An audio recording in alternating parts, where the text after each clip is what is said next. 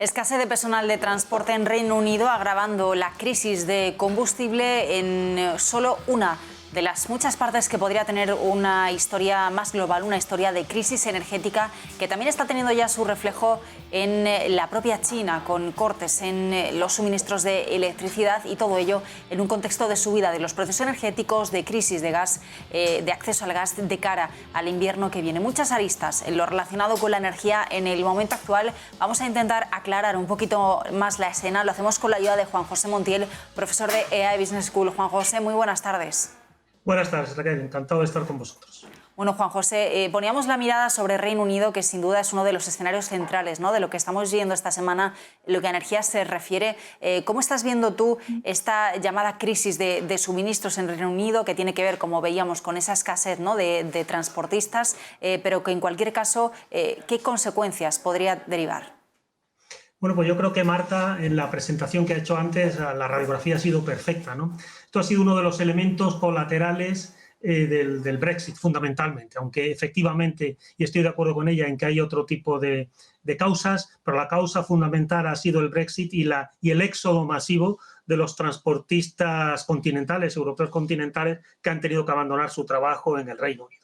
Es verdad también, y ella lo ha comentado muy bien, de que la falta de transportistas es algo que estamos viviendo todas las economías europeas, es decir, en todos los países de Europa occidental y central faltan transportistas, ¿no? No se renuevan los profesionales, los mayores se van jubilando, efectivamente comentaba que en torno a 50, 55 años con la edad de promedio, y no surgen nuevos conductores, ¿no?, incluso en países con un paro juvenil tan alto como en el de España, ¿no? No es una profesión que guste, no es una profesión que agrade, y por lo tanto o la hacemos más interesante a los jóvenes, o desde luego vamos a tener problemas estructurales mucho más serios. Pero en el caso de Inglaterra, del Reino Unido, el componente fundamental es efectivamente el Brexit, ¿no? Nos contaba antes nos contaba Marta que ha habido un déficit de aproximadamente 100.000 profesionales, ¿no? Y esto no se va a cubrir a corto plazo, ¿no?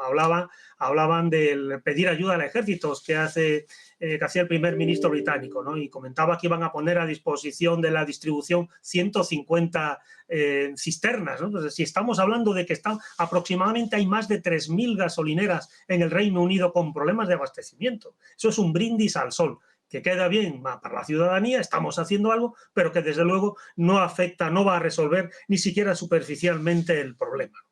Otra de las medidas que proponen en Inglaterra son los permisos temporales de trabajo. Y también decía muy bien Marta que van a tener muy poco eco, porque son además permisos temporales, comentaban que hasta finales de año. Y esos profesionales a los que de alguna manera han tenido que marcharse en algunos casos abandonando o dejando atrás sus viviendas, su medio de vida, pues les va a costar, ¿eh? Y efectivamente tiene razón cuando dice que muy probablemente serán pocos los que vuelvan, y desde luego no van a ser suficientes para cubrir este déficit de profesionales, ¿no? Otra de las medidas que se presentaban, bueno, pues vamos a examinar a profesionales que obtengan el carnet para conducir los tanques, mercancías peligrosas, ADRs, etcétera. Pero es que además estos profesionales requieren un plus de formación, y es tanto las operaciones de carga como de descarga las suele hacer el profesional, el conductor, con lo cual añade un perfil técnico además de aquel que se deriva de conducir el vehículo, y eso tampoco se improvisa. Por lo tanto, ¿de qué estamos hablando?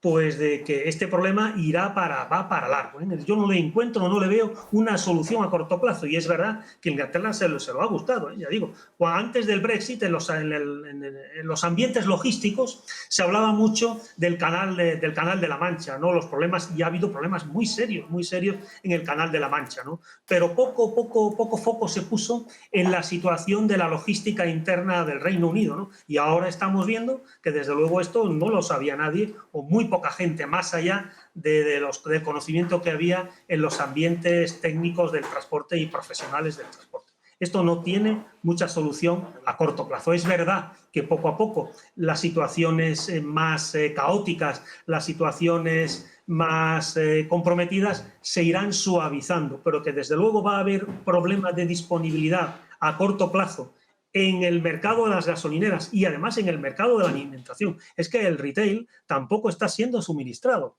y ni lo va a seguir siendo suministrado con regularidad a corto plazo. Y tengamos en cuenta que en 3 meses estamos en Navidad y que el pico de consumo en Navidad en el Reino Unido se va a enfrentar a problemas gravísimos, si esto, y no veo cómo, no se resuelve con antelación. Bueno, Juan José, lo resumías muy bien. No le ves solución a corto plazo, teniendo en cuenta ese contexto que hemos comentado del Brexit, de la pandemia, de la escasez de camioneros, ese portazo que han dado los camioneros europeos, por así decirlo, a quienes no les compensa ir a trabajar temporalmente a Reino Unido y por esos precios que mencionábamos. No sé si esto es un poco lo que están viviendo, ¿no?, los ciudadanos británicos, parecido o no a lo que veíamos hace un año, esa crisis del papel higiénico, que todos íbamos a los supermercados ante el miedo. No sé si estamos viendo ese movimiento también en las gasolineras o si efectivamente va a haber esa crisis de escasez real y prolongada en el tiempo, teniendo en cuenta lo que nos comentas de que no va a haber esa solución a corto plazo, ni en el tema de las gasolineras, ni en el tema, como bien apuntabas, de los supermercados, donde llevamos semanas escuchando y viendo esos visos de escasez. Sí. Como decía, las situaciones más críticas se resolverán. No habrá gran desabastecimiento a nivel global, porque no es un problema de refino, no es un problema de aprovisionamiento de crudo, es un problema de distribución, de la última milla. Y eso va a tener muy difícil solución. Como digo, se irá resolviendo en cuanto la gente deje de acaparar. En cuanto la gente deje de acaparar, se irá suavizando. Pero que desde luego no vamos a llegar a una situación estándar, una situación digamos, de lo que hemos vivido todos estos años, ¿no?, de que las estanterías estaban repletos y los lineales de los supermercados repletos de cualquier producto y más frescos que fuéramos a buscar. Y yo no veo una solución a corto plazo, y ya veremos a medio plazo. Raquel. Juan José, ¿cómo estás viendo en general esta crisis energética que amenaza con hacerse global? También estamos viendo anuncios desde China sobre los cortes de suministro eléctrico, sobre esa también posibilidad de falta de abastecimiento, y estamos mirando mucho en Europa de cara al invierno que viene a lo que ya se está llamando crisis del gas, ¿no? Falta de reservas, que ya las acusamos, por ejemplo, el año pasado en Filomena. En cualquier caso, seguimos teniendo siempre los problemas históricos con Rusia. También hay tensiones por el lado de Argelia y Marruecos. Hablo desde la vía de adquirir suministros por la parte española. ¿Cómo estás viendo este asunto de manera global? Bueno, yo creo que aquí también hay varios componentes, ¿no? En primer lugar está el mix energético que hemos elegido en Europa. Europa ha elegido un mix energético determinado en el cual priman las energías renovables, en el que los derechos de emisión de CO2 suponen una carga gravísima, ¿no?, para el bolsillo no solamente del particular, sino de las empresas. Cuando estaba revisando esta mañana unos datos, y básicamente nosotros en Europa somos en torno al 9%, del consumo total, ¿no?, y vamos a salvar el planeta. Bueno, pues hay que tenerlo muy claro. China es el 28% de la producción total de CO2, el 28% de la producción total de CO2 es China, y China no está dentro de los acuerdos de la imposición sobre las emisiones del CO2. Estados Unidos es el 14%, la India es el 7%, y nosotros, que somos un modesto 9%, somos los adalides para proteger el planeta, y esto hay que decirlo claramente, ¿no?